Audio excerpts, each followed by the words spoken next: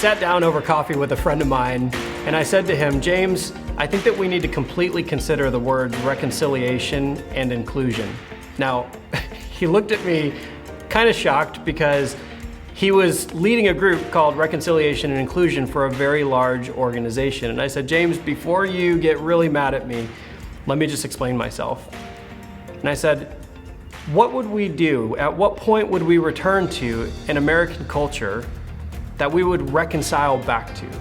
Name any part of American history that was fair and equitable to all of our neighbors, especially our neighbors of color. He said, okay, David, I'm intrigued.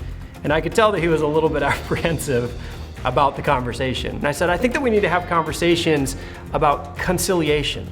You see, conciliation is this promise that Jesus makes all things new. I don't want to return to something that had a rotten foundation in the first place. I want to see God make something new.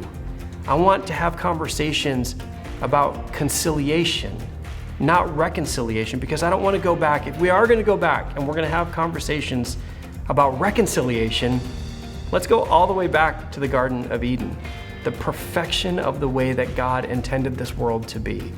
Now, I don't want you to stop doing the work that you're doing, but maybe we could start teaching people about this God that makes all things new and pray prayers of conciliation. And he's like, all right, I'm with you. So I kept on going.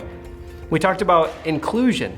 And I said, James, I think that it's so important that our teams and our executive boards and our leadership groups are full of people of color, people in significant decision-making positions within organizations. And I said, but the word inclusion implies that there's one powerful group that is saying, yes, you can be a part of this as well. And what that normally means is that we're including them in a homogeneous expression of the organization.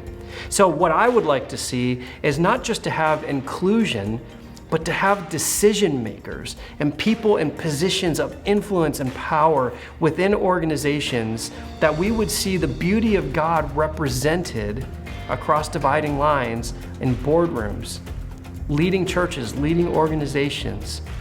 You see, the beauty of God is seen and then expressed when we see all of the colors, not just represented, but literally shaping the views and the values of an organization.